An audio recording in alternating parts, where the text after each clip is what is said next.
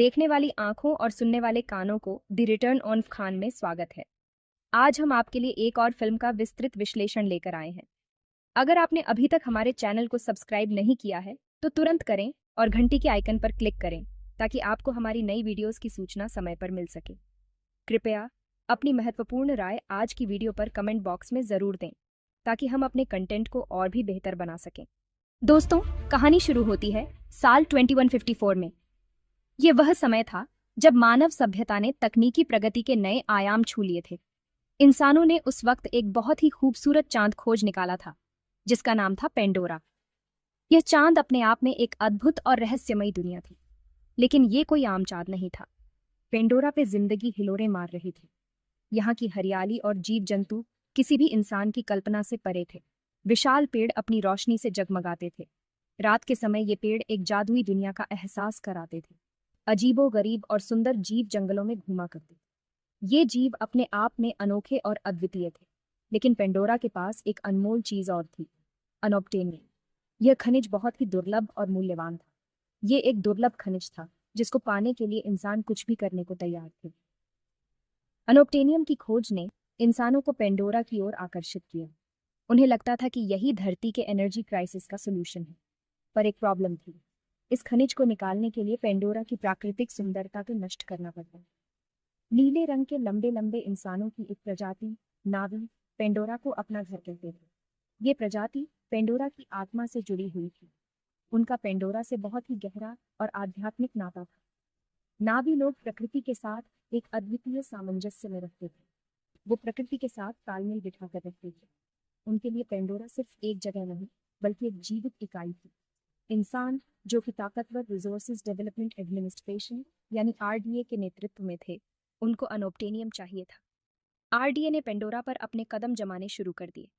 नावी अपने घर की रक्षा करना चाहते। उन्होंने अपने अस्तित्व और संस्कृति की रक्षा के लिए संघर्ष करने का निर्णय लिया। और यहीं से शुरू होती है एक ऐसी जंग जो वफादारी, साहस और प्यार की सीमाओं को परखने वाली है। ये संघर्ष केवल खनिज के लिए नहीं, बल्कि पेंडोरा की आत्मा और उसकी सुंदरता के लिए था।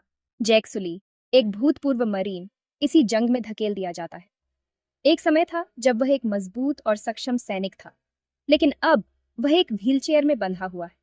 कमर से नीचे तक लकवाग्रस्त जैक को फिर से चलने का मौका दिया जाता है। यह मौका उसे अवतार प्रोग्राम के माध्यम से मिलता है, जो उसे एक नई उम्मीद की किरण दिखाता है। उसका जुड़वां भाई, जो अवतार प्रोग्राम का एक वैज्ञानिक था, उसकी मृत्यु हो चुकी है। जैक को अब अपने भाई की जगह लेनी है, और यह एक बहुत बड़ी जिम्मेदारी है।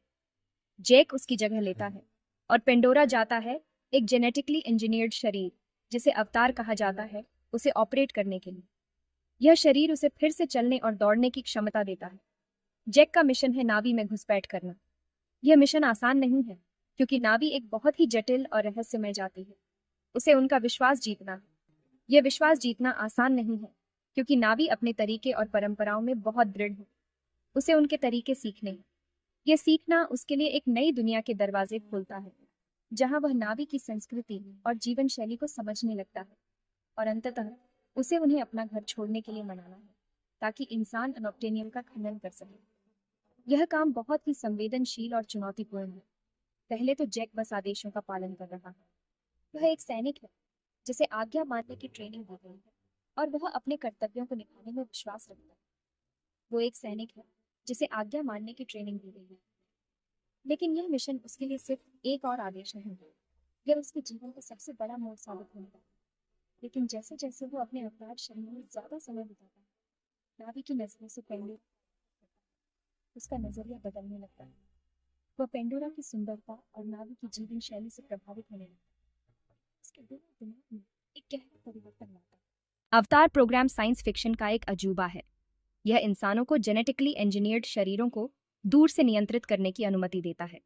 ये शरीर, अवतार, मानव और नावी डीएनए का मिश्रण होते हैं। इससे वे मूल आबादी के साथ घुल मिल सकते हैं। जैक के लिए अवतार शरीर एक वरदान और अभिशाप दोनों है। ये उसे फिर से चलने, अपने पैरों के नीचे धरती को महसूस करने की अनुमति देता है।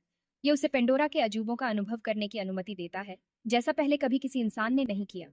लेकिन यह उसे मानवता के कार्यों के परिणामों का सामना करने के लिए भी मजबूर करता है। यह उसे अपने मिशन और अपनी अंतरात्मा के बीच चयन करने के लिए मजबूर करता है। नेयतिरी, एक कुशल शिकारी और योद्धा, पेंडोरा की दुनिया के लिए जैक की मार्गदर्शक बनती है। वह कबीले के नेता की बेटी है और अपने लोगों की प्रबल रक्षक है। पहले तो वह जैक से सावधान रहती है, उसे एक और मानव आक्रमणकारी के रूप में देखती है। लेकिन जैसे जैसे वह उसके तरीकों के प्रति उसके बढ़ते सम्मान को देखती है, उसका दिल पिघलने लगता है। वह उसमें कुछ अलग देखती है, समझ की एक चिंगारी जो उसने अन्य मनुष्यों में नहीं देखी है। नेयतिरी जैक को पेंडोरा से नावी के गहरे संबंध के बारे में सिखाती है। वह उसे दिखाती है कि आयवा से कैसे जुड़ना है, जो चंद्रमा पर सभी जीवन की मार्गदर्शक शक्ति है। उसके माध्यम से जैक मानवता के लालच की वास्तविक कीमत को समझने लगता है। नावी का मानना है कि सभी जीवित चीजें आयवा के माध्यम से जुड़ी हुई हैं।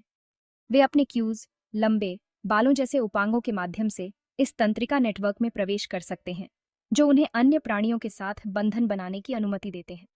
इस बंधन के माध्यम से ही जैक वास्तव में पेंडोरा के दिल को समझना शुरू करता है। वह सभी जीवित चीजों की अंतर संबंध, नाजुक संतुलन को महसूस करता है, जिसे मनुष्य नष्ट करने की धमकी देते हैं। आरडीए और नावी के बीच संघर्ष तेज हो गया है। मनुष्य अनॉब्टेनियम की अपनी इच्छा से प्रेरित होकर अधिक क्रूर हो जाते हैं। वे नावी के घर राजसी होमट्री पर हमला करते हैं, जो पेंडोरा से उनके संबंध का प्रतीक है। जैक दो दुनियाओं के बीच फंसा हुआ, उसे चुनाव करना होगा। क्या वह मनुष्यों का साथ देगा जिन लोगों के लिए वह पैदा हुआ था, या वह नावी के लिए लड़ेगा जिन लोगों ने उसे अपने दिलों में जगह दी है। जैक पेंडोरा के लिए लड़ने का फैसला करता है। वह नावी के प्रति अपनी सच्ची निष्ठा प्रकट करता है और मानव आक्रमणकारियों के खिलाफ उन्हें एकजुट करता है। अंतिम लड़ाई हवाई युद्ध, जमीनी युद्ध और प्रकृति की कच्ची शक्ति के अनावरण का एक लुभावनी तमाशा है। जैक पेंडोरा के एक उड़ने वाले प्राणी, एक शानदार बंशी की सवारी करते हुए नावी को उनके अस्तित्व के लिए एक हताश लड़ाई में आगे ले जाता है। पसंद। यह कहानी एक ऐसे मोड़ पर पहुंचती है जहां नायक को एक महत्वपूर्ण निर्णय लेना होता है। अंत में जैक की मदद से नावी विजयी होते हैं। उन्होंने अपनी धरती और अपने लोगों की रक्षा के लिए एक कठिन लड़ाई लड़ी और अंततः जीत हासिल की। मनुष्यों को हराकर पेंडोरा से भगा दिया जाता है। वे अपने लालच और स्वार्थ के कारण हार मानने पर मजबूर हो जाते हैं। जैक, जिसने अपनी वफादारी साबित कर दी है, को एक विकल्प दिया जाता है। यह विकल्प उसकी पूरी जिंदगी को बदल सकता है। वह अपने मानव शरीर में वापस लौट सकता है, एक व्हीलचेयर तक सीमित जीवन के लिए। यह जीवन उसे उसकी पुरानी यादों और संघर्षों की याद दिलाता है, या वह अपने अवतार शरीर में स्थायी रूप से स्थानांतरित हो सकता है, हमेशा के लिए पेंडोरा के साथ एक हो सकता है। जैक पेंडोरा चुनता है। यह निर्णय उसे एक नई पहचान और एक नई जिंदगी देता है।